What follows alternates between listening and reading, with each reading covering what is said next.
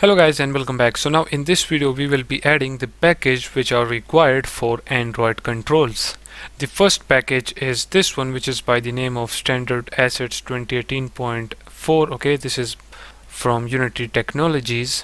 This is the size of this package, and let me tell you that this package is deprecated, which means that the user which have bought this package before, they will only have access to it. For example, I have bought this package before, so now I have only access to this, but you guys will have no access to this because Unity have deleted this from the new users.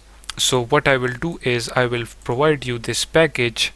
Okay, this package has some other things in it, but we just need the mobile controls from it. Okay, so inside this standard assets you will find the mobile controls, or you can say the cross platform controls in it. So go ahead and download this, and when you download it, then just simply click on extract here, and when you do that, it will give you this folder.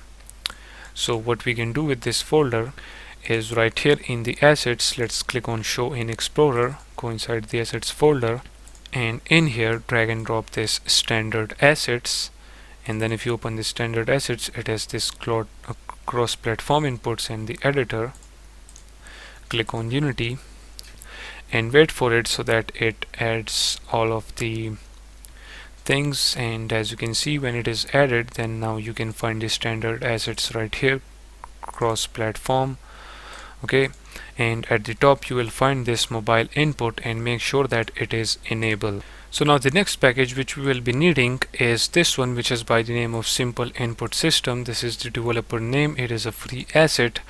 So go ahead and add this to your asset and then click on open in Unity, then open Unity editor.